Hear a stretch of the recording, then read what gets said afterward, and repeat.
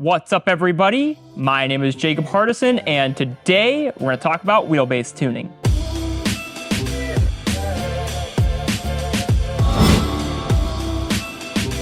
Welcome back, everybody, to, of course, the lovely Adrenaline RC YouTube channel, where today we are going to jump back into our discussion series with our tuning options on the car, with today, of course, being wheelbase tuning, as you saw in the intro. So with wheelbase tuning, this is going to be something that is going to be good for 10-scale cars, 8-scale cars, pretty much any car that has the option to move the wheelbase shorter or longer in some fashion, whether it be at the arm, the hub, the chassis, whatever tuning option your particular car has. Now, not every car is going to have all of these tuning options. In this case, I am going to be using my TLR because it does cover, I believe, all of the different wheelbase tuning options, but it will vary a little bit from car to car. But generally speaking, what tuning option you do is going to yield the same effect from car to car. Now, with the wheelbase, you do typically have two broad options, which is going to be a short wheelbase and a long wheelbase. And I guess really, if we want to get down into it, you have three options because you do always have that kind of middle ground where you're not quite long and you are not quite short. Now, on face value, just to jump into what they're going to do, we'll start out with our shorter wheelbase tuning option. So what that means is that we are going to effectively be moving our hubs, the center of our wheels, closer together, whether that be the front moving towards the back or the back moving towards the front. Either one is going to, of course, shorten the wheelbase. Now, when you shorten the wheelbase, typically speaking, you're going to make the car much more reactive and a little bit less stable as you go around the track. So because of the shorter wheelbase, it's going to be able to squat a little bit more. It's going to be able to dive a little bit more. So you'll notice that on power, generally, you will experience a little bit of extra grip, kind of as that front to back motion, because of course it's going to squat more. It's going to put more weight in the rear, which is going to then give you more acceleration. If we shorten up at the front, what that's going to do is the same thing. You can transfer that weight to the front a little bit quicker, meaning that under braking, you'll have a little bit more front grip and the car is going to feel like it's going into the turn much more aggressively. So you effectively get more turn in. The other thing, as a more broad idea with the shorter wheelbase, is that you'll notice that the car is going to feel a little bit less stable around the track because it's going to want to move so much. So typically, a short wheelbase is going to be used on something like a tight indoor track, or even if you have an outdoor track, if it's got a lot of tight 180s, not a lot of sweeping, then you're going to want to use a shorter wheelbase because it's going to be able to get into the turn, pivot, and come out much quicker. So again, it's going to be a much more reactive setup. Now, if we swap over to the opposite end of things and we go to a longer wheelbase, a longer wheelbase at the rear is going to mean, again, you're not going to transfer as much weight to the back. So you'll notice that you might lose a little bit of acceleration, maybe a little bit of rear grip, but you will gain more stability from the rear end. On the front, if you go to a longer wheelbase, just like every other tuning option we've ever talked about, and as we've talked about with the rear, it's going to yield the opposite effect. So you're going to notice that it's not going to dive nearly as hard. So you're not going to have as pointy of a front end under that braking.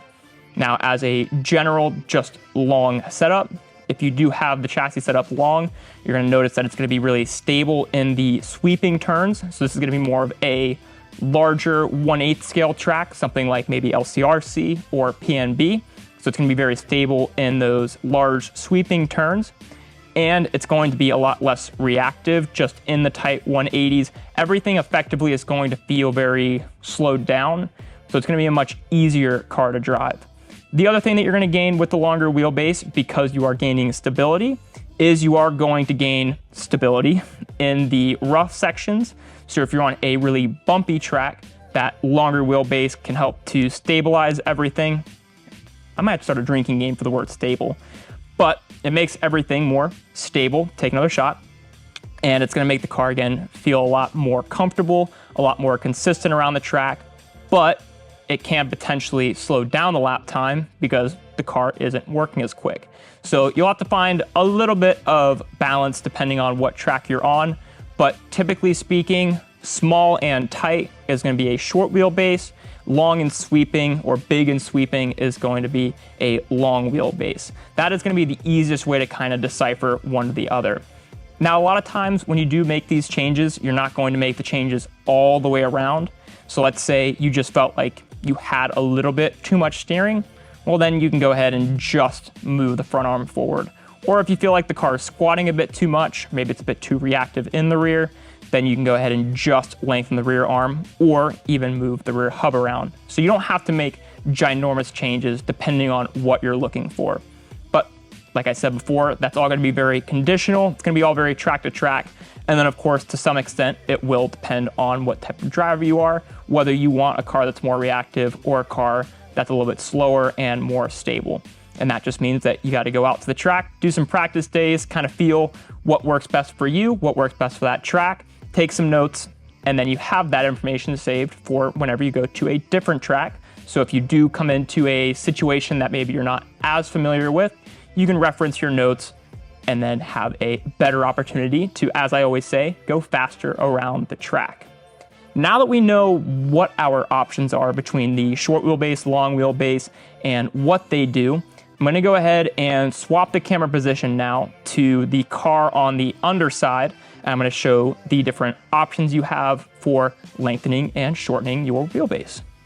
All right, so here we are now looking at part of the underside of my buggy. We'll start out with the rear, go over the options we have there, and then of course I'll flip the buggy around and then show you the options on the front, which are a little bit more limited comparatively speaking to what we have on the back. Now, we have 3 options here that we're looking at, and I'll point those all out for you. So the first option is going to be changing our wheelbase with our hub down here. Look at my pointer better in there. And that is going to be done with some shims, which you can see tucked away right back in there. So you have the option to, instead of moving everything kind of around back here, you can move just this hub, and then you'll make a relatively minor adjustment when you're lengthening or shortening your wheelbase. The second option is going to be tuning it at the actual arm mount itself. So in this case, there's a mil shim here, and then there's 2 1 mil shims here. Like I said before, not every car is going to have this. Something like the Techno car, for example, they actually don't give you a wheelbase tuning option here. But in this case, with the TLR car and some of the others on the market, like the Associated, for example, you do get some shims here. In this case, we have 3 mil worth of movement. Some cars have 1 mil, some cars have 2, but it will vary a little bit from car to car.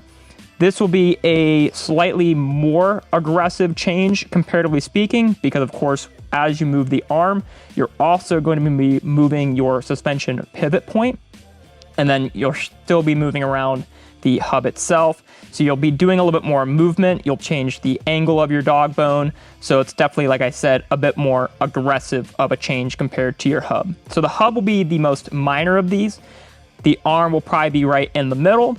And then the most aggressive option you have on the back, in this case, they've kind of worn down, but you can see there's some lines here that are going to identify plates.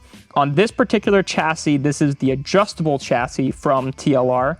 So you can actually change where the rear clip sits based on what plates you have in here. Now, of course, as you do that movement, you actually change the length of the chassis. Now you're changing the entire kind of weight bias of the car to the extent of not only are you moving your hubs and your arms, but now you're actually moving the entire diff case, the entire shock tower, the entire wing mount. Everything is going to get moved backwards. So this is going to be probably, well, not probably, it is going to be the most aggressive because you are moving the most amount of parts. You are literally taking the entire rear end of the car and stretching it out. And again, like I said before, that is going to make for a very stable car on the bumpier sections or just on large sweeping tracks. And of course, as you shorten it, it'll become more aggressive, more reactive. So that's going to be the 3 ways to tune on the back of this particular car. You do have all 3 options. Like I said, though, not every car is going to have these options. Some only have the hub. Some will have the arm and the hub. And then in some cases, you can change out the entire chassis or just the plates to then change your overall total chassis length.